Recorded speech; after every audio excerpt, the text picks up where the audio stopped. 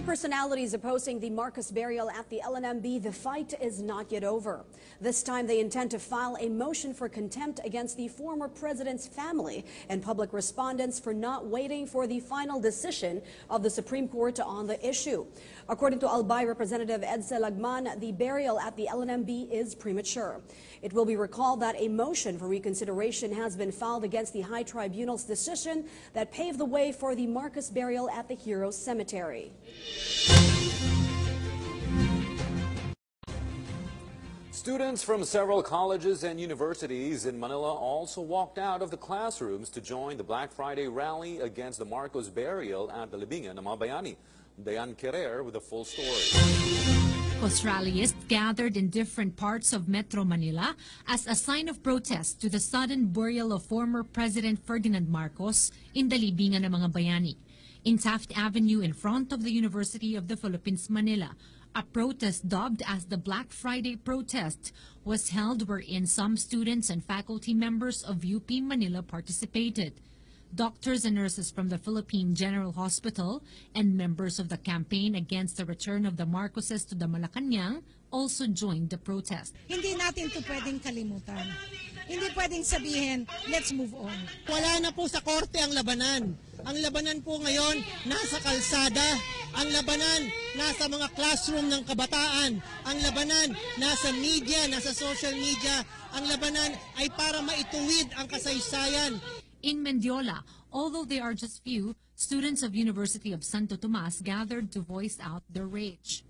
Meanwhile, a number of students and faculty members of Miriam College in Katipunan, Quezon City walked out from their classes and gathered beside the avenue for their protest dubbed as Busina para sa Justisya.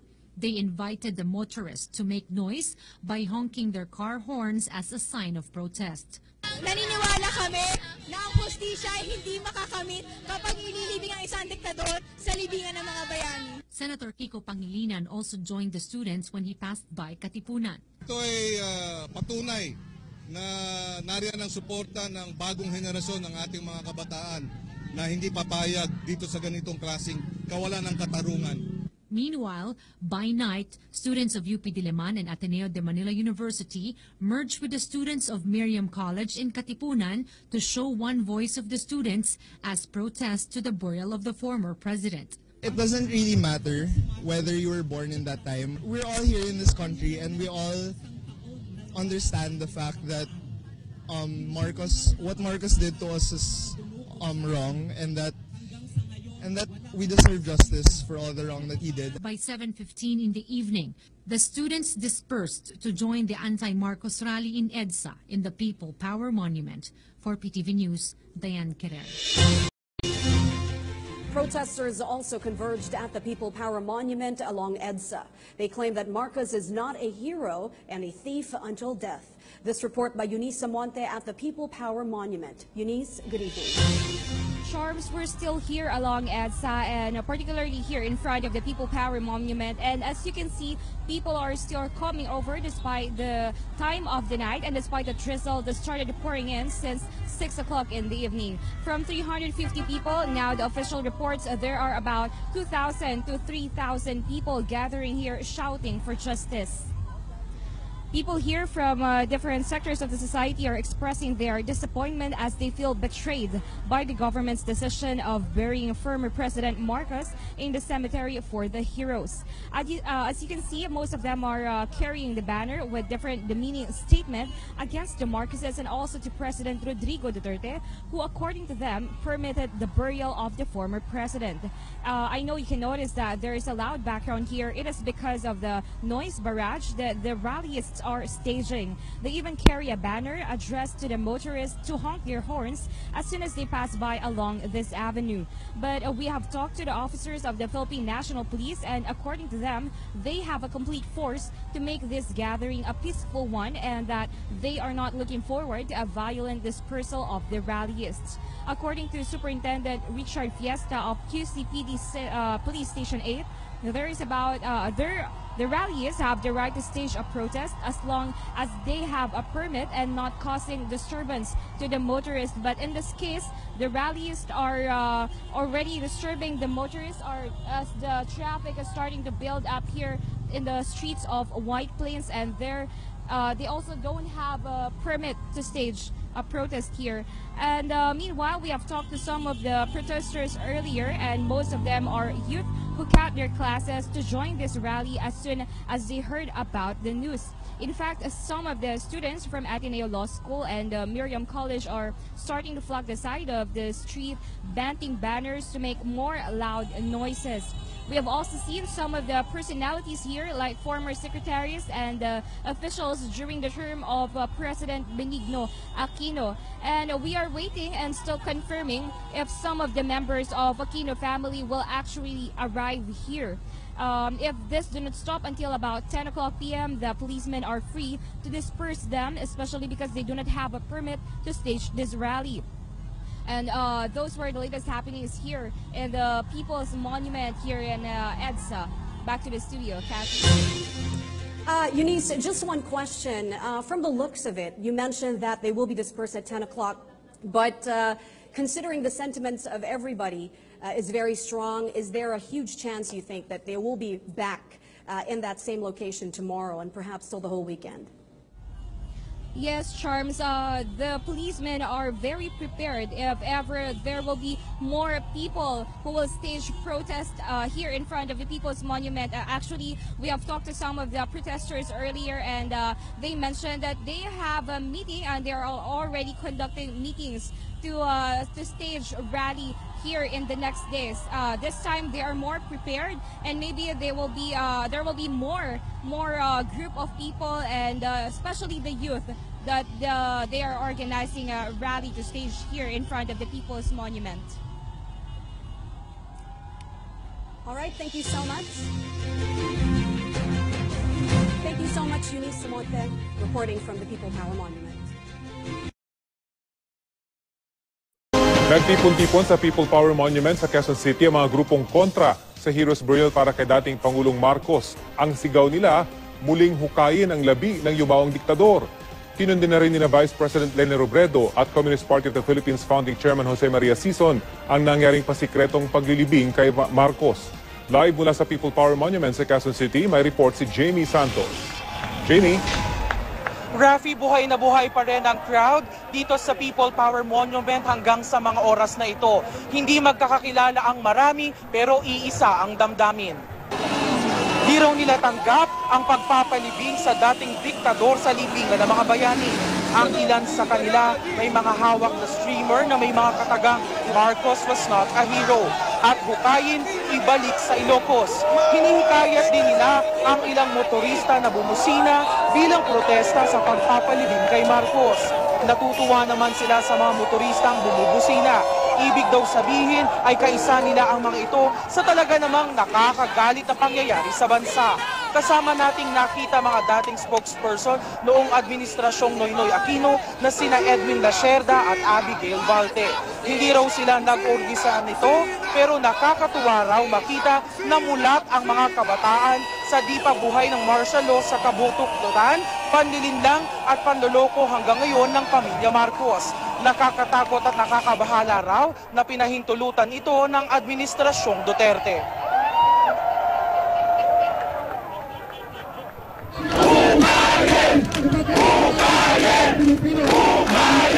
Ito ang isinisigaw ng anti-Marcos Group sa makasaysayang People Power Monument. Kasunod ng nakakagulat na aksyon ng pamilya Marcos na inibing na si dating Pangulong Ferdinand Marcos sa libingan ng mga bayani ngayong araw. Kabilang sa mga nagprotesta ang ilang estudyanteng nag-walkout sa kanilang klase, mga dating lumaban sa panahon ng martial law at ilang taga-simbahan. Kausapin yung mga kapwa naming kabataan at kami mismo yung magsabi ng totoong kasaysayan. marami sa Facebook, mga troll, mga misinformation, mga gawa-gawang balita about sa martial law, sa madilim na martial na yugto ng ating kasaysayan. Ang singer na si Jim Paredes, isinama pa ang kanyang 12 anyos na apo para raw personal na masaksihan ang bahagi ng kanyang ipinaglaban noon na ngayon tila na balewala. It's a denial of history. It is a denial that EDSA ever happened. It is a denial that martial law killed people at nagnakaw sila at nagtorture sila. It is a total denial of our history as a people. At tapos sasabihin lang, move on? How can you move on? Direkta naming sinisisi si Presidente Duterte dahil siya naman ang nagbigay ng suporta dito at umumpluwensya sa ating Korte Suprema upang bumoto ng pabor sa paglilibing ni Marcos.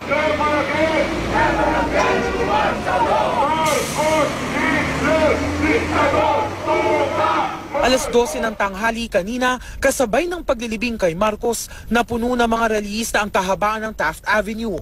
Itinapat ang protesta sa anila'y patraidor na paglilibing sa yumaong diktador. Lahat sila nakasuot ng itim para sa tinaguriang Black Friday protest. Galit at talagang ang administrasyon bang ito ay wala nang pagbibigay halaga sa nararamdaman ng mga biktima ng martial law. Ang mas masakit yung nangyari after I was released. Because when I was released, it was my sister's turn to disappear. Bago matapos ang programa, nagsunog din sila ng isang malaking larawan ni Marcos.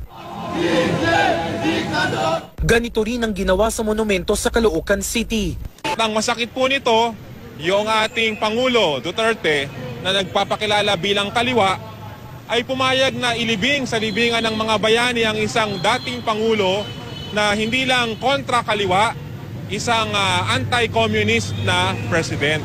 Para naman kay dating Pangulong Noynoy Aquino, ngayon ang panahon na dapat pakinggan ng boses ng taong bayan, matuto sa kanilang mga kwento at alalahanin ang pinagdaanan ng kanilang mga mahal sa buhay. Hindi raw sila dapat na makalimutan. Gayunman, sa mga nagdaang dekada ay naihayag na raw niya ang kanyang posisyon sa tinawag niyang misrule ni Marcos. Paniwala ng Liberal Party, ang nangyari ngayong araw ay muling pagbubukas sa mga hindi pa naghihilom na sugat ng martial law. Kung akala nila ay mananahimik na at magkakaroon na ng pagkakaisa sa ating lipunan dahil dito sa paglibing sa libingan ng mga bayani, nagkakamali sila.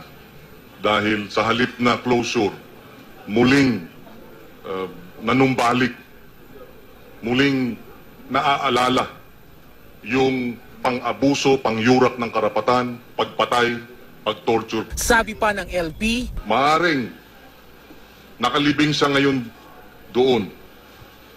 Pero hindi sila nakakatiyak na mananatili siyang nakalibing doon. Dahil kikilos tayo hanggat sa abot nating makakaya na iwasto itong hindi tamang pangyayari. Sa isang pahayag, kinundi na rin ni Vice President Leni Robredo ang biglaang libing. Para raw isang magnanakaw sa gitna ng gabi. Sadya raw itinago ang impormasyon mula sa sambayan ng Pilipino. Malinaw raw itong panunuya sa batas, gayong ang desisyon ng korte ay hindi pa pinal hanggang matapos ang 15 araw o kaya'y pagkatapos magkaroon ng resolusyon sa motion for reconsideration. Itinuturi naman ni Communist Party of the Philippines Founding Chairman Jose Maria Sison na sorpresang pag-atake sa bayan ang paglilibing kay Marcos sa libingan ng mga bayani. Aniya, kasabwat daw ng pamilya Marcos ang ilang nasa kapangyarihan. Rafi, sa mga oras na ito, napansin nating patuloy pa rin yung pagdating ng mga tao dito sa People Power Monument. Karamihan nga sa mga ito ay grupo-grupo, magkakaibigan na galing pa sa kanilang mga eskwelahan at trabaho na pumunta rito para din makiisa sa pagtutol nila sa paglilibing dito kay dating Pangulong Marcos. Rafi.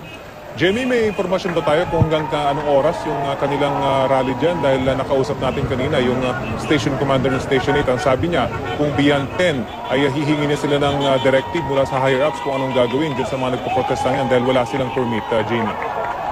Yun na nga, Rafi, no, wala pang malinaw kung hanggang anong oras mananatili itong mga nagsasagawa ng kanilang kilos protesta rito. No? Dahil nga sa bawat oras na lumilipas ay parang dumarami pa yung mga taong nagtutungo rito sa People Power Monument para makisa. Yung ilan napansin natin galing pang Katipunan, galing Ortigas sa kanilang mga trabaho. Pero wala namang partikular na nangyayaring programa sa mga oras na ito. No?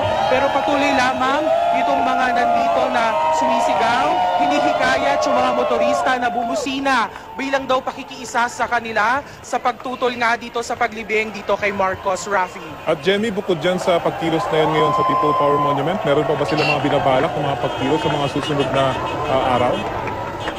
Rafi, no, sa mga naging pakikipag-usap natin dito kay dating presidential spokesperson Edwin Lacerda, maging kay Abigail Valte, wala raw malinaw na usapan sa mga taong nandito ngayon kung masusundan itong pagsasagawa nila ng kilos protesta. Dahil daw lahat na nagpunta rito ay bugso ng damdamin yung nag-udyok sa pagpunta nila dito. Dahil lahat daw na nandito anong edad ay pagtutol sa paglilibing sa libingan ng mga bayani kay Marcos, Rafi. At kumusta yung daloy ng trapiko dyan ngayon na Jenny? Kasi kaninang pasado alas 6 ng hapon, nasa may gutter lamang yung mga nagpoprotesta. Pero ngayon nakikita natin meron na silang isang linya doon sa may first lane ng EDSA. So kumusta yung daloy ng trapiko dyan? Biyernes pa man din na Jenny. Yes, Rafi. Bahagyang bumabagal yung daloy ng trapiko dito sa tapat mismo ng People Power Monument. No? Dahil nga yung ilan sa mga nagsasagawa ng kilos protesta ay ino-occupy na yung halos first lane at hanggang umaabot pa doon sa second lane. Pero may mga PNP personnel na nakabantay dito sa mga nagsasagawa ng kilos protesta para tiyakin naman walang masasagasaan na mga nagsasagawa ng kilos protesta dito ng mga motoristang dumadaan. Pero yung mga motorista ng mga nagdaraan naman dito, no, napansin naman natin walang nagrereklamo, walang nagagalit. Yung iba pa nga rito ay bumubusina bilang bahagi ng kanilang pakikiisa sa mga damdamin o mga nandito sa People's Power Monument, Rafi. Okay, maraming salamat, Jamie Santos. Ng bayan, ito ang bayan, lahat nating tinubuan, dahil at tangit, nakinamulatan, ng kawili-wili. Right now, we're showing you live pictures from EDSA, where the anti-Marcos rally is actually ongoing. So you can see there are a lot of millennials right now. Today, we have just buried the late Ferdinand Marcos. As you can see, there are a lot of millennials who are here protesting the burial of the late dictator. Join us as the Lead.com.ph brings you the latest information here, all the way from People Power Monument. Maraming salamat po.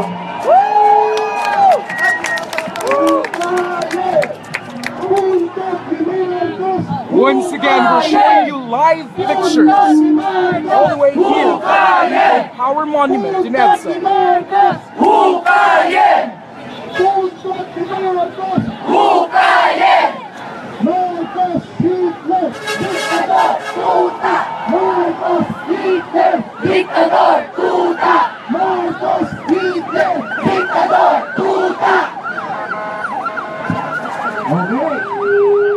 Once again, we're showing you live pictures here at the protest in EDSA.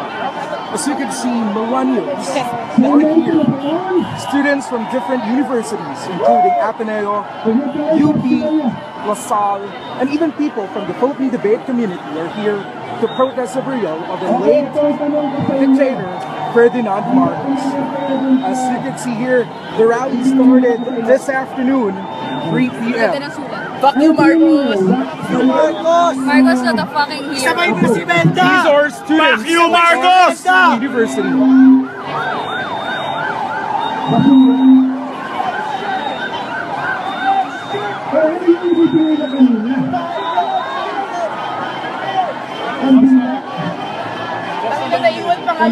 Once again, we're covering live right now at the People Power Monument here in EDSA, where you can see a lot of millennials are protesting the burial of the late dictator.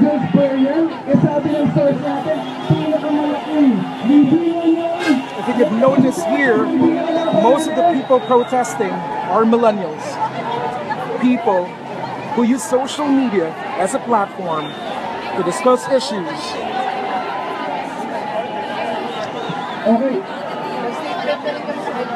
It's 2 minutes before 8 o'clock in the evening. We're still here.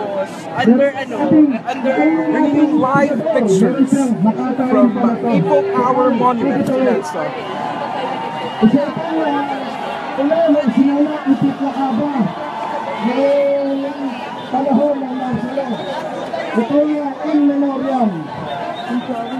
Dumapo ang kalahib sa hampas ng hangin na tulan. Nagnilingling ang dahon ng dulas. Maswerte ako't may bubay sa aking ununan. At masasarahan ko ang bintana kung ako'y maanggihan. Maswerte, di tulad ng puno ng bayabas. Masusulay-sulay, parang babagsak.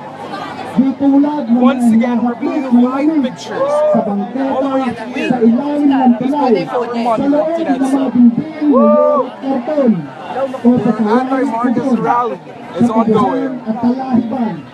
Sa gubat, bundok at sarang. Maswerte ako, nararamdaman ko pa ang lamig. Marami na ang nilagon ng lamig. At ang aking bibig, if you can see right now, most of the people who are in here are millennials who use social media to gather together to protest the burial of the late president.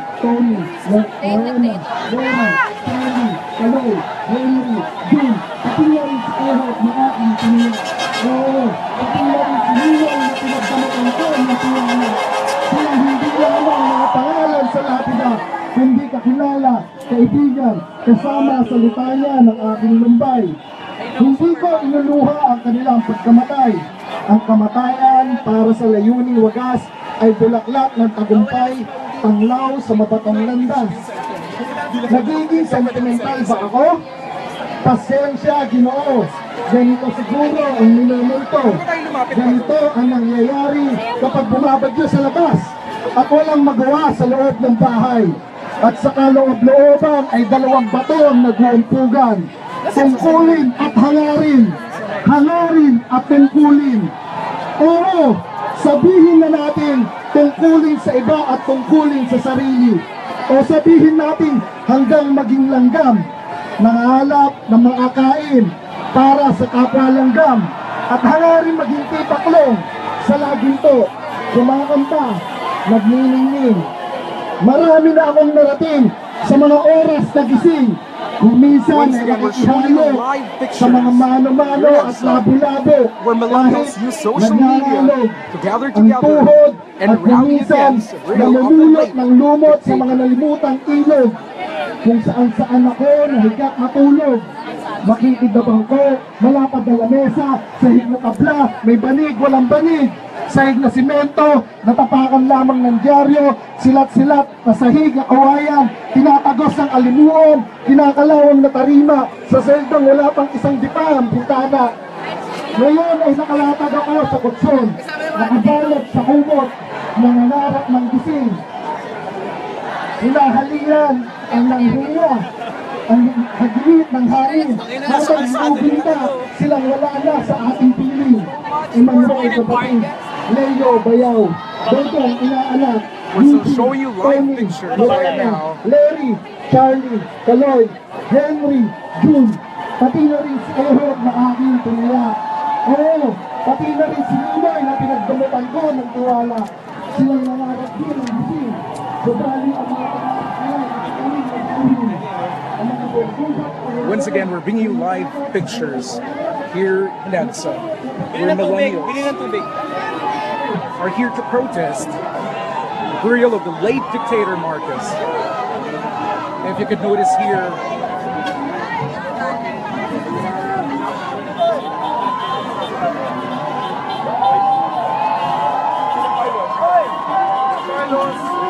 students have gathered from various universities to protest Marcos burial. We're joined by various universities, millennials, even people from the Philippine debate community are here. If you could notice, majority of the people here are millennials who are protesting the burial of the late dictator.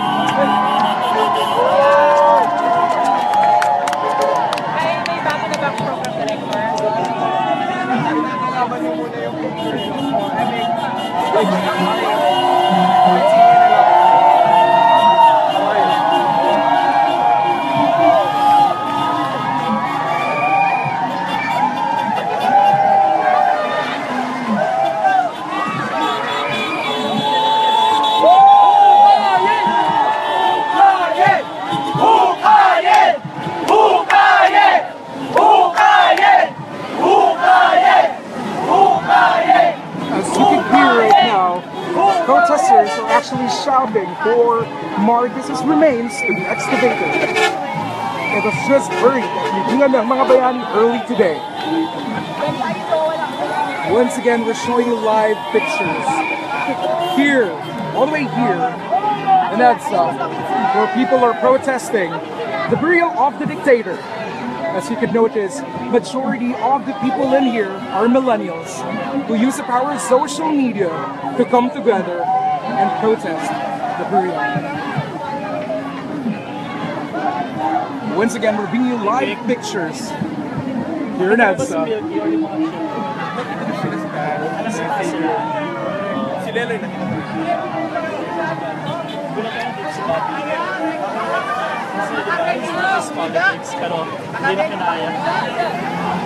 We're bringing you the latest updates only here at me.com.ph.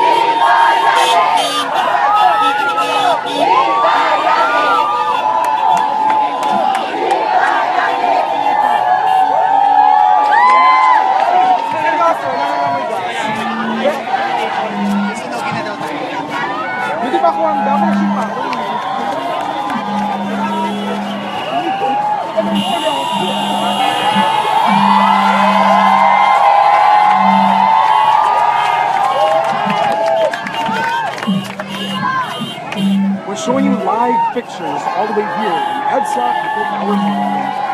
where, as you can see, the majority of the protesters are millennials who use social media to gather together to protest the burial, which has happened early this morning. Once again, We're live here.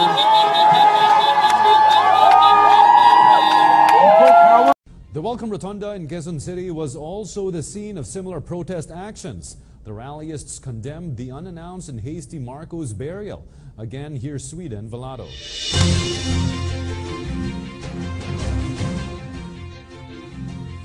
Kathy, hundreds of college students from various universities gathered earlier here in Mendiola. Some of them were from the University of Santo Tomas, Polytechnic University of the Philippines. They gathered to oppose the Marcos burial, which is an unwanted decision and unwanted surprise also that they received earlier today, which happened at 12 noon.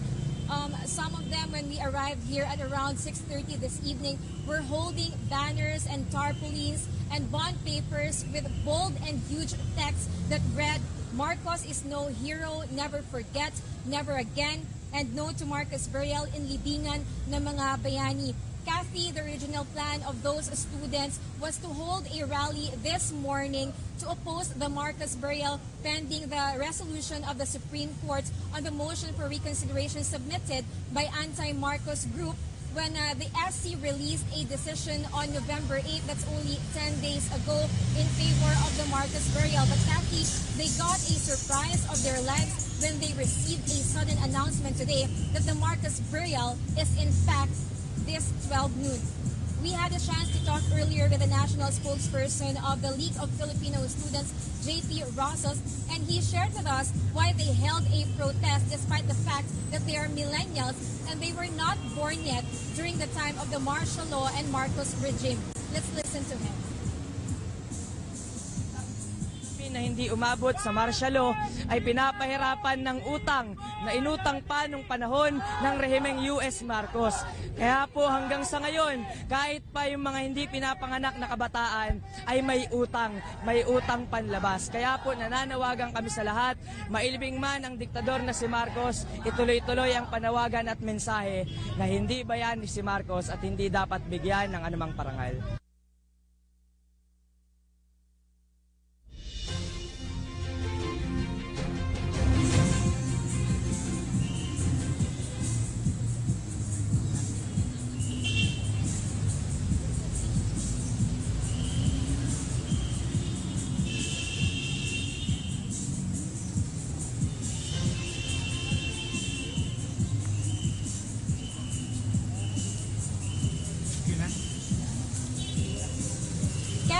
The student rallies left Mendiola at past 7 this evening, but before that, they lit candles first in honor of patriotic Filipinos who gave up their lives fighting the dictatorship and the thousands of victims, families, and survivors of martial law barbarities. And that's the latest here in Mendiola, Manila. Reporting live for the PTV News, I'm Sweden Velado. Meanwhile, not even President Duterte's hometown was spared from the indignation rallies over the Marcos burial at the libingan ng mga bayani. Protest actions were held in front of the Davao City Hall with rallyists lambasting the clandestine and hastily organized burial rites. The mass actions were spearheaded by the group Karapatan Southern Mindanao. Aya Macalma has added details. This was the dominating emotion of a number of Davaoeños after learning that the body of former President Ferdinand Marcos has been interred at the libingan ng mga bayani. Martial law victims and other groups against the move converged at the Davao City Hall. In the southern Mindanao region, about 100,000 people have been victims under martial law, whose human rights have been violated for many months. At 5 in the afternoon today, the group of Karapatan at samahan ng ex-detainees laban sa detensyon at aresto sa southern Mindanao started their indignation rally. Wearing black t-shirts, members of the group made their feelings known over the fact that Marcos was secretly buried. According to Jay Apiag, the group's spokesperson, it was not right that the Marcos family buried the former dictator in the Heroes Cemetery. Ang layon ng activity ito ay maipakita mismo yung galit ng mga mamamayang Pilipino, lalo tigit dito sa Southern Mindanao region, doon sa agarang desisyon na ilibing si dating Presidente Ferdinand Marcos sa libingan ng mga bayani. Malaki ang pananagutan ngayon ng pamilyang Marcos sa mga mamamayan, lalo tigit ng mga naging biktima ng martial law. At lalo tigit malaki ang pananagutan ng Korte Suprema na siyang may kasalanan, na siya ang mayroong nitong desisyon na payagan ang ilibing sa libingan ng mga bayani si dating Presidente Ferdinand Marcos dahil batid ng mga mamamayan dito sa Southern Mindanao region ang mga kasalanan na ginawa ni Ferdinand Marcos sa panahon na kanyang diniklara ang batas militar. Nanay Fe Salino, a human rights violation victim, was incensed until the end. After the Supreme Court released its decision on the Marcos burial, she expected what the Marcos family would do next. Her suspicion was confirmed after the former leader's secret interment. Yun nga ang kinagalit namin na hindi sila sumusunod talaga sa rule of law, Meron na nga moot an academic na nga, duda na talaga namin na ilibing pa rin talaga yan maski pa maghain kami ng motion for reconsideration sa Supreme Court. The indignation rally at the Davao City Hall only lasted for an hour, but they vowed that this is just the beginning of a series of actions to make noise expressing their opposition. While some people listened to the sentiments of the protesters, others just passed by with indifference. As for these grade 7 students, they agreed with the resolution of the High Court on laying Marcos to rest in the libingan ng mga bayani. Asked why, the youngsters had this to say. Palagi mo tama lang yung nangyari? Opo, okay lang. Kasi, bakit na? Kasi, presidente din po siya. Presidente naman siya dati. Respetuhin din natin yung ng Korte Suprema. The protest did not hamper traffic in Davao City, and while police and military personnel were visible in the vicinity, the protesters were left alone to go on with their program peacefully. For PTV News, this is Waywaya Macalma, Davao City. Presidential spokesman Ernesto Abella clarified that President Rodrigo Duterte was unaware of the date of the Marcos burial, but he stressed that the president respects the decision of the Marcos family. Rocky Ignacio filed this report.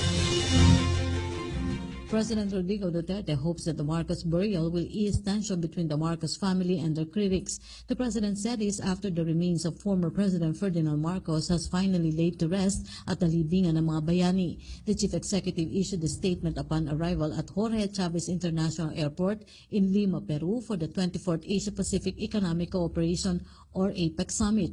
He encouraged people somehow abused or suffered under the Marcos regime to file a case against the former president. President Rodrigo Duterte released a statement today, Friday, 18th of November, upon landing at Chavez Airport in Lima, Peru, on the burial of former President Ferdinand Marcos, and he said, hopefully both sides will exercise maximum tolerance and come to terms with the burial of former President Ferdinand Marcos. In an additional statement to the Presidential Communication Office, he further said that he hoped everybody would find a space in their hearts to forgive and to set free those who had hurt or injured them. The decision to bury the late President Ferdinand Marcos today is a personal decision of the Marcos family. We respect their choice of date for the interment. Malacanang also reiterated that the executive has no authority to intervene with the decision of the Supreme Court on the issue of Marcos burial. The Supreme Court lifted the status quo ante order and allowed the burial of the remains, and the President adheres to the ruling of the High Court. Government extended the necessary assistance in matters relating to protocol and honors. We understand that there is a segment of society against the burial at the libingan ng mga bayani. The President fully understands this and has allowed any form of mass action as long as it is legal, peaceful, and in accordance with the law.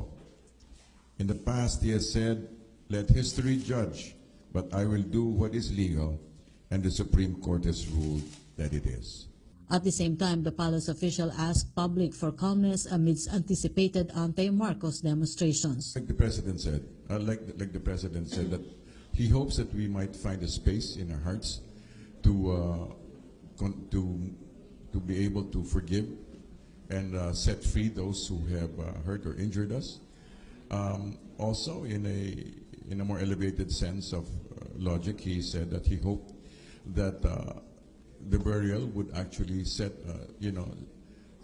bring about a cycle of healing for the Filipino people, and it has been a few decades, and in fact, practically a new generation has grown up not really knowing about the Marcos years, and while we may put these things in perspective later, we certainly hope that the Filipinos will be able to move on and bring about of course people resent, some people resent that statement about moving on, but it is I believe it is a reasonable thing to ask that the people do after this event, that they will set aside differences and learn to build bridges, and that we might build a stronger nation, which we see the president attempting to do it. For PTV News, Rocky Ignacio, Lima, Peru.